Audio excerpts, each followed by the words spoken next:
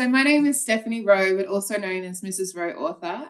So you can find me on all socials, TikTok, Facebook, and Instagram as Mrs. Rowe Author. I also have a website, which is www.mrsrowe.org, O-R-G, where you can buy my book, Fiercely Me, and also my published The World in Our Words collaboration poetry book, which is a wonderful book and everyone deserves to read that. But I also have services on there as well. So I also help people within their businesses. I also do some personal coaching on how to gain employment, how to upskill. And I also have some kind of more larger scale opportunities within businesses to evaluate purchasing and a bit more strategy work within contracts and things like that. But I am really excited to announce, because this is where I wanted to go, I have just booked in my first speaker's appointment, which is later on in the year in November. So I'm officially walking into where I wanted to go, which is to get speaking gigs, and I am absolutely over the moon. And so I'm doing a workshop there, which is really exciting, and it's called Seven Sisters, which is a festival in Australia, and it's all women, which I'm just absolutely overwhelmingly excited about, bringing so much love and connection and knowledge and sharing knowledge with people there. So that's just a little bit of who I am. So first and foremost, how does it feel to be a part of that journey with your speakers? Yeah, to be honest, everybody goes through self-doubt, right? And to be like right now, there's been a fair bit of self-doubt. But I also realize that within myself, you're allowed to have self-doubt. You're allowed to have days which aren't great. And like there's this kind of pressure externally that we have to be fabulous and amazing every day. And it's only when we sit in the true discomfort of our internal dialogue do we actually be able to have hard conversations with ourselves, be able to actually be real, and then evaluate and go forward. Because like last night, I was crying on my sofa going, oh my God, my life. And I was just like, but what are you going to do? And I was going to myself, what are you going to do? You're going to sit here and have a pity party, or what are you going to do something? Because you've got two options, and sitting here having a pity party, yes, although I allow myself to have pity parties, I can't, staying in them isn't going to help me long term. And then I wake up today and I'm like, but you have so many fabulous things going on. So how is the journey of being a speaker? It's been a hard one, but it's also been a very rewarding one, because when you have those moments where you're like, oh my God, I've done what I set out to do. I put the goal on the wall. I looked at the goal. I worked towards the goal. And even when I had really bad days, even when I had self-doubting days, I was able to move through them and still be able to succeed. And it's like, now that is what I call like a true journey. Like, it's just like, it's so much sweeter. It's just like when the odds are stacked against you, when you don't think you're going to get there, and then you do, man, it is like a beautiful, beautiful feeling. I've been on cloud nine, and I'm doing it with my close confidant, Tarika Strudwick, and we have just been fist pumping the air, because we're just like, this is going to be the moment that we project out into the universe in a really large way. And we just can't wait. So yeah, I look at like self-doubt has killed so many people's dreams, right? And you have people that they're hesitant to do what they want because they feel like people are judging them, and then people are paying attention to them. And I used to tell someone, it's like going to the gym. No one is paying attention to you. They don't even see who you are, right? But self-doubt is something that a lot of people like struggle to overcome. So how were you able to overcome it and still push through in a confident way? Yeah, and it's a great question, because I think there's a balance. Like I'm certainly not someone that says push away all of the emotion, don't acknowledge it. Like I am so against that. I'm like, I'm a real human. I understand that the process of self-doubt, you and like not having belief in yourself or having a pity party, you need to experience that. You cannot push it away, because if you push it away, it means that it will come back in a different way. And it will be like really, really terrible, like in the sense of, like it'll manifest in a different way in your life. And then you'll be forced to deal with it in an unpleasant way, rather than actually taking it head on. Now, what is self-doubt? Like, and that's like a genuine question. What is self-doubt? Self-doubt is that voice inside your head where it is telling you that you are not capable of achieving something, that you are never going to do it. It is like this terrible like record of just all the things that could possibly go wrong just swirling around. And you've got your other side of your brain, which is like the logical side, which is like, well, that isn't actually true. It hasn't actually happened. You are creating a story in your head. And you can either participate in the story or you can just allow it to exist and then go, okay, thank you for your, voicing how you feel, but I actually have this and I'm going to now go forward. Now, it's very hard to get to that place, and a lot of people can't transfer from that kind of cycle of that goes on in your brain of just complete spiraling of self-doubt and having low self-esteem to then transition out to go, it's okay to have these thoughts, but we're going to now focus over here. Because, generally speaking, all of those things come up out of fear. And fear is something that we have inside of ourselves because it used to keep us alive, right? So when we were hunter-gatherers, fear existed to go ding, ding, ding, ding, ding, ding, ding. There's something over there. Maybe I should not go over there, or maybe I should maybe remove myself, or maybe, that fear existed so that we could survive. But we're now at a point where we are so advanced and we've got such consciousness that fear exists, which has no relevance to our life. And so it's really about understanding what fear is in the modern world. And that means that, yes, sometimes there's fear, especially as a woman, like when you go to open the door or it's going to dusk and you're going to go for a walk, there are genuine elements of fear, and for men as well, where you decide, well, should I do this? But then there's also the fear of the constraints of what we can achieve personally and individually. And so for me, right, the fear of going, I'm not going to succeed. I'm going to stay here forever. I'm never going to get past this.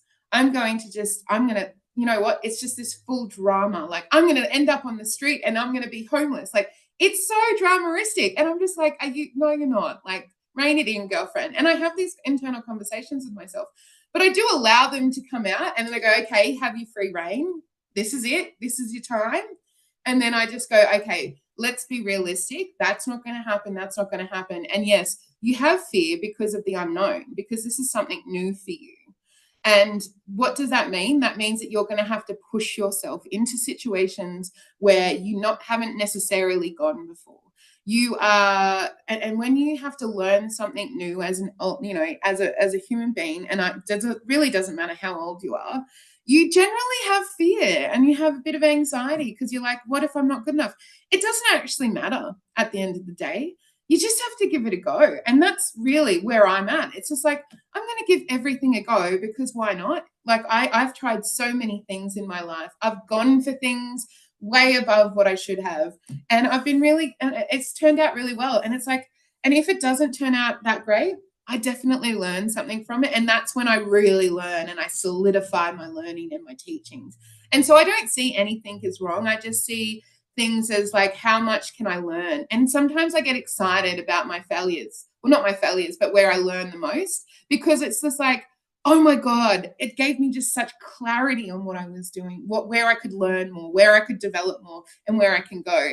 And so, yeah, so like, and I kind of get frustrated with people that are like, oh my God, my life is amazing all the time, or coaches that are like, oh, well, you just need to do this. And it's just like, you're not being real. Yeah. Like, people go through things, even when you are a coach, or even when you've got your poop don't stink. And it's like, and it's understanding how to move through that and what techniques you use as well. Yeah, I look at like if I were to take that approach and apply it to my dating, I had a fear of not becoming who I wanted to be because I just didn't know how to do it when I was in my 20s. And I was trying to figure it out. But one thing that I struggled with was accepting the fact that what if this person or this type of person isn't for me? So I had to change and kind of fix that. And one thing that I did was I said, okay, This is the type of person you want. This is where you want to be. What are you doing that isn't getting you there? Right? Because it's always easy to say that, you know what?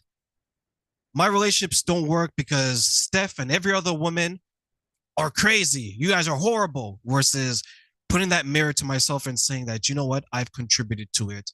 I contributed to that. Then when you apply the fear aspect to your lives, I wonder how many people miss out on opportunities because there's a fear there and they don't ever address it. Right? Oh, there's so many. There's so, and it like, and for me, because like my one of my beautiful, beautiful elements of my personality is I see the best in everybody, and I see who a human being can be. Right. So I see the potential before they will ever see it. Now there is something amazing about that because you are able to see the possibilities of everybody, even to a large scale of masses. Imagine the possibility if we all unified and we came together and we let go of self doubt and not having self esteem and not having self love and having letting go of fear.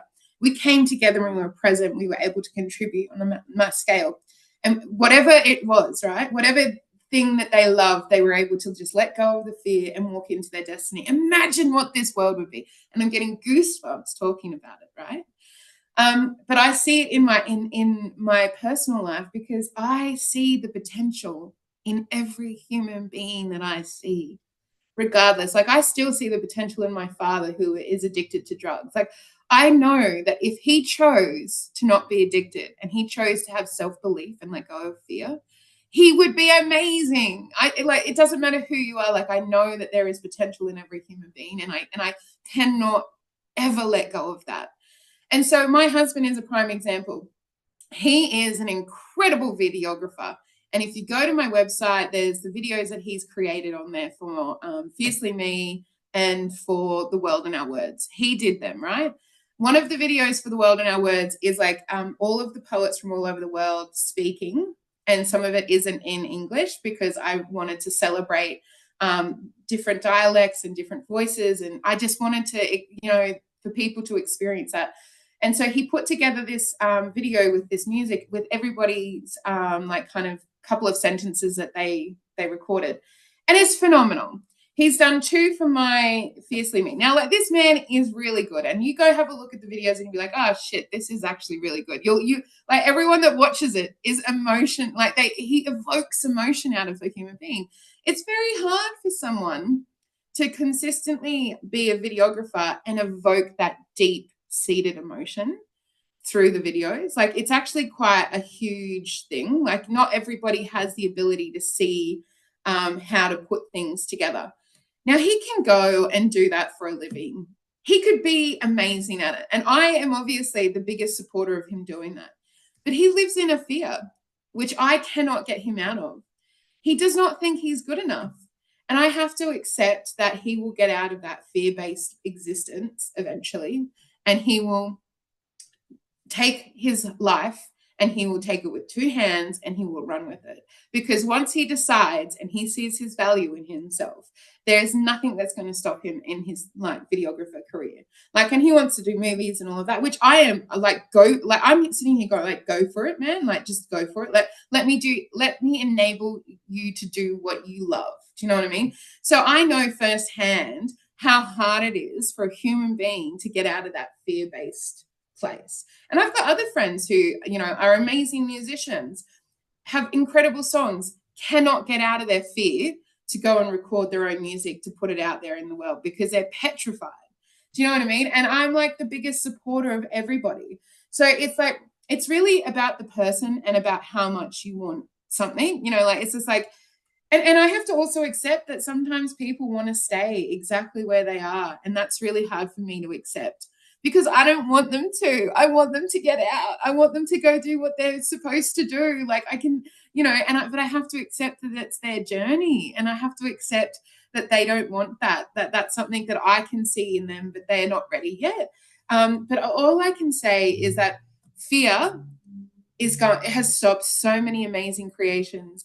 It has prevented, and this is how I say this to my friends, The day that you allow fear to stop you from expressing yourself in whatever artistic form, whatever non-artistic form it is, means that you have prevented another human being from developing and being influenced in a positive, healthy way by what you're contributing and creating. Now, when you think about that, right? When you think about that concept, you are preventing the development of someone else, because every time we do something, every interaction we have, we actually create that. We actually influence people. And so, I truly believe if people let go of their fear, just try it for a week, right? Just try it for a week and see what things can actually happen. Go for it. Try it, apply for that job, get the feedback. Yeah, you're not going to get everything that you go for, but just try, and you don't know what's going to happen. And I think that's the thing. It's like that actioning from coming out of that fear, let it go for a week and then see what happens, see what shifts. And that's when magic really does happen. What are some of the ways that you had to overcome fear in your life? And what did you learn from it? Yeah, well, I have had to let go of so much fear, to be honest with you. So, like, Fiercely Me really does go through a lot of the fear. Because I wanted to be honest, honestly. I wanted to be honest about my journey. I wanted to be honest about the human experience. And I wanted to be like, this is where I started and this is where I got to. And so I take the reader on that journey. So the book really is around how I experienced certain parts of my life and what I got out of that. But one of them is a huge thing around fear, because it is something that creeps up with everybody. And I talk about it, and I have like, and the interesting thing about the thought process. So let's just say, and I'll use this as an example. Let's say I was like, I want to go put on a music festival. And then I thought, well, I don't have any skills to put on a music festival. So, like, how are you going to do that, doll? um, and then I thought, oh, it doesn't matter. I'm just going to do it. I'm going to try. And so I did, and I applied, and I got funding. And I called my family, and I said, oh my God, I'm doing on this music festival. And all of their responses were, you don't have the skill sets. You're not able to do this. Why would you do this? You're wasting your time. You're not going to add any value to the world, blah, blah, blah, blah, blah. And I was like, oh, well, you've just literally, said exactly what I felt. Like you've reflected exactly what my own fear and my own self-doubt. And I remember sitting there and going, well, I can either believe them, I can believe these people, I can believe what they're saying about me, or I can try. And I thought to myself, what harm have I got? What harm have I got to trying? I might as well try something new. I might as well just give it a go. And I will no doubt meet people. I will no doubt learn lots of skills. I will no doubt have a lot of fun doing it. And so I did. I put on a music arts festival, a multi-arts festival, and it was like musicians, performers. I had circus people. It was just, yeah, it was great, right? It was so much fun. Everybody had an absolute ball. It was great. And I thought to myself at the end, once I put on the music festival, I thought to myself, you know what? If I had believed myself, if I believed my family members, my what they were saying about me, then I wouldn't have actually put on this festival. And like to this day, I have people going, you should put on that festival again. It was really, really good. It was so much fun, And I realized the impact that I had, not only for myself, but giving opportunities to musicians and to performers and to circus people. Like, it had an impact, a really huge impact on a lot of people. A lot of people remember the festival. A lot of people enjoyed it. A lot of people, advocated for it, and it's still in the memory. And it shifted something within Brisbane when I did that. And so I kind of sit here and I go, you know what? You really, truly have no idea how your existence in this world is going to actually change the world. But also, if I lived in fear and I didn't do it, then I wouldn't have done it. Like I wouldn't have had the festival, and I wouldn't have had, touched so many people. I wouldn't have created, this amazing thing that happened. And if I'd allowed the reflection of my family members to tell me what my self-doubt was, and I believe them, I can definitely tell you right now that I would not be alive, because I would have just been swallowed up with self-doubt and fear. I would either be gone, or I would be in the backwaters of somewhere completely addicted, off my face, because what future have I got if I allow myself to live in this self-doubt that I'm worthless and that I'm not going to be able to do anything, and that everything I do is just a waste of time. Where else am I going to be? I'm going to be stuck there in that place. And I just point blankly refused to allow that was going to be my existence. Now, I understand a lot of people don't have that strength and that inner resilience in them, but I was just like, like in one way, I influence others, and I'm like that beacon, right? That beacon of hope for others to go, she can do it. She had the odds stacked against her. She didn't have the support. Everybody told her she was crazy. Everybody was like, you're just wasting your time. You don't know how to do this, and you don't have this skill, and you don't have that skill, and blah, blah, blah, blah, blah, blah, blah, blah, blah. It goes on and on and on. But I did it. I've released 2 books this year.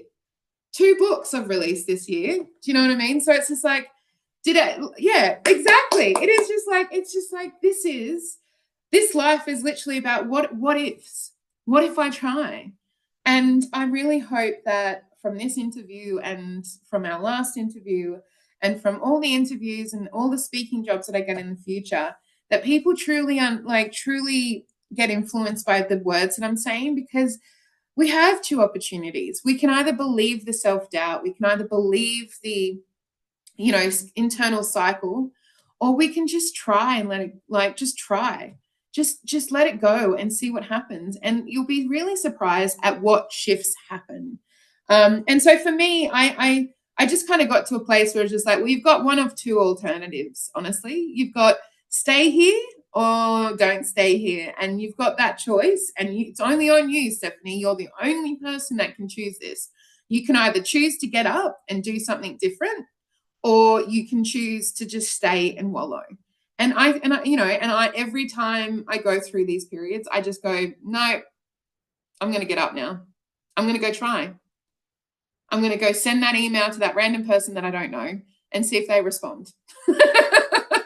Yeah, there are so many people that the self-doubts are because of someone else. Like a family member will tell Yeah. them you shouldn't be doing this, or a friend will tell them, I don't think that's a good idea, or their partner would tell them, maybe you should second guess that. I had someone who really wanted to, she was training to become, I believe it was a teacher, and she was in school for it. And the person she was with at the time wouldn't encourage her. And there's a time she was going through a difficult time through it.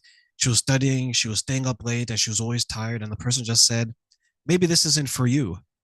And at that point, she knew that that person wasn't the person for her. And I think a lot of people go through that, where they figure out that this family member, this friend, this boyfriend, this girlfriend, the lack of support that they're giving isn't for them. So they can't continue to surround themselves with this type of people. And you raised a very good point that it takes a lot of courage to tell someone who's always around you that they can't be around you anymore, because your life is going in a different direction. When you wrote these 2 books, you found your courage, you overcame this. Was that a difficult conversation for you to have, where you have to remove certain people from your life to make sure that you're enjoying the success that you want? Yeah, it was, honestly. And there's been it's been really interesting journey since I spoke to you last. So when I released Fiercely Me, I had the launch on the 4th of February. Now, exactly 7 days after the launch of Fiercely Me, I had the entire so my mother's side of the family and my father's side of the family, they went cataclonically irate. They, like, I hadn't heard a peep from anybody. I, like, got driven off a cliff in the Amazon, survived it, came back, didn't hear anything from anybody. Got a couple of messages from my auntie, but like nothing. And then I released the book on the 4th of February, and then they're like, boom. And I was just like, wow. Like, I just had this moment where I was just like, talk about intensity. Like, I hadn't had a lot to do with everybody anyway. And that wasn't my choice. That was their choice. Like, I'm one that will always try, because I understand that people change. I've changed. I know other people will change, possibly, I will say possibly will change. And so I always kind of try and maintain connection with everybody. I will always, reach out. I'll, that's just who I am to my core, right?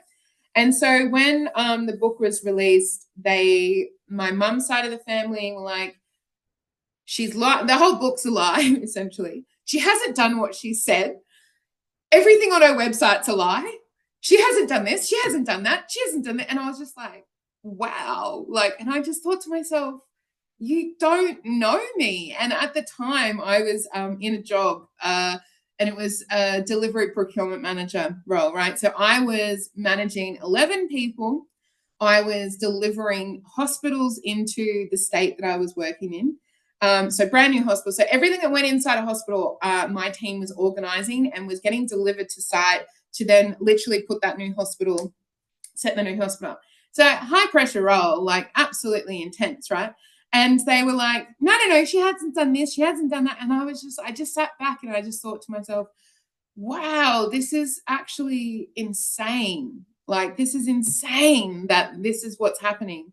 And I kind of just found it very interesting. Then my father's side, they were the polar opposite. They didn't say that I was lying. Well, I'm sure that they did. But what their response was, they proactively and consciously tried to undermine the book. They have tried to aggressively make sure that I fail. And so I had my mum's side saying, you're a liar, you haven't done any of the things that you're saying. And my dad's side, which is kind of atypical of them, very aggravated, very angry, very aggressive, in like, and I was like, okay, that's, kind of typical, but this is very interesting behavior. And so my father's side of the family essentially said, we don't want anything to do with you. And I was like, okay, sweet. And then what I found out, I was getting all these bits and pieces. And what I realized was that these family members were sitting there violently angry with me that I had a voice, because they're also misogynists at heart, really. They do not really respect a woman. So the fact that I'm a woman, the fact that I am a manager, the fact that I am actually really good at what I do in my industry, the fact that I wrote a book, the fact that I have a voice, the fact that I stand up against domestic violence, the fact that I stand up against sexual assault and sexual abuse, the fact that I actually call out shitty behavior, the fact that I go, abusive behavior and emotional control is not okay. The fact that I actually stand up against all of these things and I proactively go, I do not agree with this, and this is why. They absolutely hate, even if they are unconscious of it, they hate the fact that I am doing it, and they hate the fact that I'm successful at it. And so they sit there and they are, wallowing in this emotional hatred for me, and they're using all this energy up. And I'm just sitting here going, well, that's you. That I can't change your opinion of me. I've given you ample opportunity for you to understand who I am as a person, to understand what I stand for, to have, I'm very, very respectful and more than happy to have, to interact with you, but you've decided no. And so if you want to sit there for the rest of your life and just hate me and be vindictive and aggressively undermining, that's fine, but you're wasting all of your energy, not me. And on my mother's side, I was just like, if you are going to think that you are that delusional, that you think that everything that I've done is like not that I haven't done it, and I'm just sitting here as a swoozy, like you're delusional, like you're absolutely delusional. like you don't have any idea who I am. And that's what I realized, is that they they have been so far removed from my existence that they don't know who I am and what I do, and that's okay. But and so how was that process? It was really harrowing, to be honest. Like, it was, I wasn't expecting it.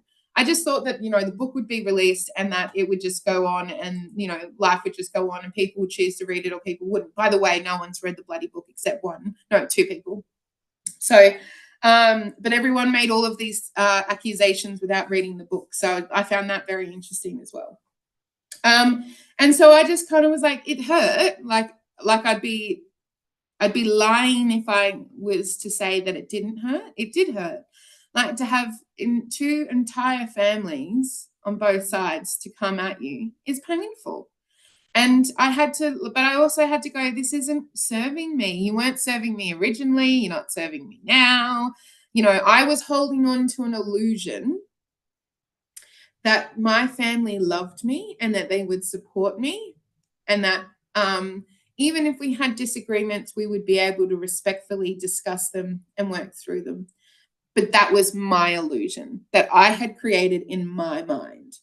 And that's and that's something else that I realized, is that I create these beautiful illusions in my mind. And I created it with my mother. I created it with my mother's family. I created it with my father. I created it with my father's family.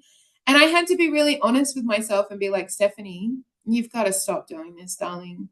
I know that it's like somewhere that makes you feel good, and that, you hold on to hope that people will develop and they will learn, and they will, they'll have self-reflection and they'll realize what they've done and they'll come and have a comment.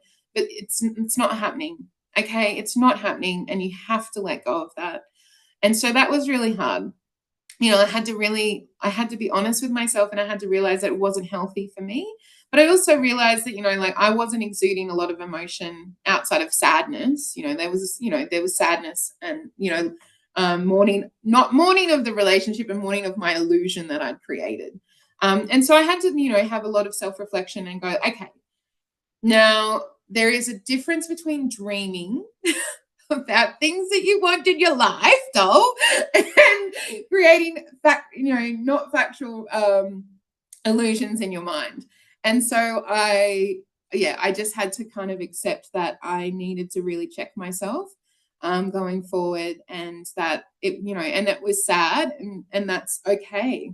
It's okay to be sad, because I don't want people like that in my life. I deeply, deeply, deeply want people that have the same respect as I have. And I have built this beautiful community around me, which just love me unconditionally, like, and I savor every single moment that I get to spend with the people that I love. And, no dream, no crazy idea that I ever come up with ever gets shut down. Now, to be in a place where I can be like, oh yeah, I'm going to create a place called the Beacon, and I'm going to get all these people from all over the world that need a home to come and live on it. And we're going to be self-sufficient, and I'm going to get a big ship, and I'm just going to go save the world. And they're like, yeah, you probably are. And that's their response. You probably are, Steph. That is crazy. That is huge. But, to be surrounded by people that just go, yeah, you probably will do that, because, when you say you're going to do something, you generally do it, though. And you generally do it well. So, yeah, so it's been a hard road, but it's also been really important for myself to go through. That's what I tell people. One thing I would tell people is that don't put expectations on others that they haven't earned. Right? If they're not supporting you, then don't expect them to support you, because then you're just going to be disappointed. You're going to hurt yourself. There's many times where I have looked to certain people for support, but I was looking in the wrong area. This could be from friends, it could be from family members, it could be girlfriends, it could be about my coaching, it could be my podcast, it could be about my work, it could be about my ambitions. What I found is through conversation, I was able to identify people who have the same ambitions and goals as I did. And then I started to separate the different types of friends. I call them like 3 different types, right? So I said I have friends for the weekend. Anytime I want to party, I call them. Friends that when I need guidance or help, I have them, because they're the ones I don't see every day. I don't talk to every day, but every once in a while we check up on each other and they're there. And then there's finally the friends that inspire you in a way because through their actions, they show you that they care. They call you to check up on you. Anytime you seem to be down, you seem to get a text message or a phone call from that friend. I wanted to be that type of friend. And as I got older, more successful, and more goal oriented, the friends that all they wanted to do was party, party, party, I no longer had time for them. The family members that were all about that drama, who would try to discourage you from certain things, I didn't have time for them. I began to realize when I started to separate myself from people like that, I had more time, more energy, and more importantly, I had more peace. Right? Looking back, Stephanie, what are your thoughts of how far you've come from the woman from back then to the woman you are today? Yeah, I reflect on this a lot, and it's a really good question, Tareen. And I totally agree with what you're saying as well. I on my self-reflection, I've gone, like, have I changed as a human being? Yes, I've learned a lot about emotional intelligence, about the psyche, about how to manage emotions, how to navigate really tricky situations and have high conversations, and learn all of that. But there's always been an like a deep, deep, deep seated, and I've known this for a long time, knowing that I will always succeed. Like, I'm just able to do it because I have such deep self-belief. And I think what you said earlier around, people externally telling you negative things or trying to bring you down, like, that's happened a lot. And I think what I've done is I've taken that on, and then it's kind of dimmed my self-confidence. But now I'm at a place where, like, I just kind of I deflect it a lot, because I just go, you know what, no, like, I don't have time for it, as you said. But I also see myself, that essence is still there, that joy, that laughter, that, like, that beauty that I have inside of it, that, like, it's just this pure light. Like, I have had that since I was really young, and that's not gone anywhere. That's stayed with me. And I find that a lot of people, when they get older, they, like, don't allow that in as much. And if anything, that is just becoming, oh, like, that's just becoming way more. Like, I kind of see myself now as, like, there's this beautiful light, there's this beautiful joy, there's this just amazing person inside of me, which I just allow to exist. But I've also learned in the background a lot of teachings on how to, deal with emotions, and how to kind of deal with psychological stuff, but also how to deal with business, how to navigate the business world, how to understand professionally how to do things, and all of that stuff. And so, like, there's kind of this beautiful, amazing person that has all of this information, that has all of these skills. Now I'm going to have way more skills in another 10 years, and it's going to be in a whole heap of other different ways, because that's who I am. Well, in another 10 years I'm going to be a very different person, but that essence is still going to be there. And I think that's the thing, like, that beautiful essence has been there since I was born, and because, like, when I did Fiercely Me, I put photos in it. And so I went through all of the old photos, and this smile, this joy, this, like, unconventional, like, just wanting to say hello and to connect with people, has been there since I was a little girl, like, and you can see it in the photos. And so, like, have I changed? Yeah, we're always changing, but, like, my true essence hasn't changed. And I'm really happy about that, because I remember being about 15 and working at Target on the weekends and after school. And I was working with all these, like, middle-aged women, and they freaking hated their life. Oh my God. It was so, I just remember sitting there going, I don't ever want to be you. I never want to hate my life as much as you hate your life. Like, I just don't. And I just remember going, I'm never going to do that. I'm never going to get to middle aged and go and hate and be so depressed and just be, like, bitter, like, bitter, like, and just, just bitterly hate everything. And so, and I think it was good for me to witness, because I'm not going to be that person, because now I realize why women are that bitter. And it is because of, what they've had to live through, and the repression that they've had to, been forced to, and still do to this day. But and there's also an element that they're really, really jealous deep down, that the new generations coming through aren't living through what they had to live through, and they're not able to develop and to understand that it's actually a really positive thing that people are saying no. Because I don't think that we, men and women, I don't think that we should stay stagnant in the old ways of thought process and the old ways of society. I think that we should be developing. And if we're not developing, then we're missing out on being a human being, because we're a human being because we have consciousness. Yeah.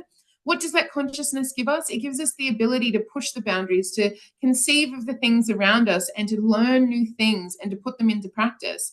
So if we stay stagnant, then we're just going, there's no point. Like, we're never going to evolve. And that's literally how I see it. So I'm kind of glad for those angry old women, because, like, yeah, we have the ability to do so much more than they thought that we would ever do. So you mentioned your book, Fiercely Me, and how it ties into that. So as there's people who are going to read it, and you're taking your message and you want people to unlock their true potential, cast aside their fear, overcome it, recover from it in many ways. When someone picks up that book or they listen to your interviews, what is it that you want them to get from your experience, your book, and all your speaking engagements? I want them to be able to look at themselves in the mirror and to be able to see one thing that they are worthy of every single day. I want them to be able to look in the mirror, and I want them to be able to believe in their beauty or their charisma or their ability to live or their ability to contribute. I want them to acknowledge themselves, because if we had a world where people truly loved themselves, where they truly believed in their capabilities, where they had self-belief, where they didn't have fear, this world, my friend, would be a very different world. We would revolutionize this entire system and planet that we live on. We would turn it upside down, because we would believe in ourselves that we are worthy enough to have an environment that is not toxic. We would realize that we are worthy enough to create developments, to remove profit, so that we can actually introduce technologies that don't create so much pollution. We would believe that we deserve to every human being deserves to have a healthy diet, so that they reduce the amount of medications required. They would believe that they are worthy enough to have access to healthcare. Yeah, like that they actually genuinely believe that we need to overhaul the healthcare system, that they need to live in a beautiful home which is flourishing in a community, that they believe that that is something that they deserve. Yeah, like, I'm talking about a world where everybody has access to a place of beauty, because they realize that they deserve that. Now, how we get there is going to be a very different road. But imagine a world where they actually loved who they were, and they believed that they deserve to have access to education, that if they had a dream or a desire about anything, that they got to go and live that. They got to go and feel the feeling of accomplishment, yeah, of what it feels like to actually do that thing. And it all starts with our inner love. And I know that I'm talking about all these big things, but what I'm really talking about is the self-worthiness. And it really does start from inside, and it starts on a day-to-day basis. Because if we do not think that we're worthy, then we're never going to change our external environment. Yeah, the day that we realize that we don't deserve it is the day that we actually change. Because it's like, you know what, you're right. I need to live in a better home. I need to have access to healthcare. Yes, I do deserve this. And it's not entitlement. It's a human basic right to have these things. And I just hope that every time someone listens to me, they see that in themselves and they have a moment of joy. They have that beautiful moment of joy with themselves because they deserve to like who they are. They deserve to feel deeply how beautiful they are, and that is honestly what I want everybody to take away from anything that I ever do, is that, they are worthy of so much more than what they believe.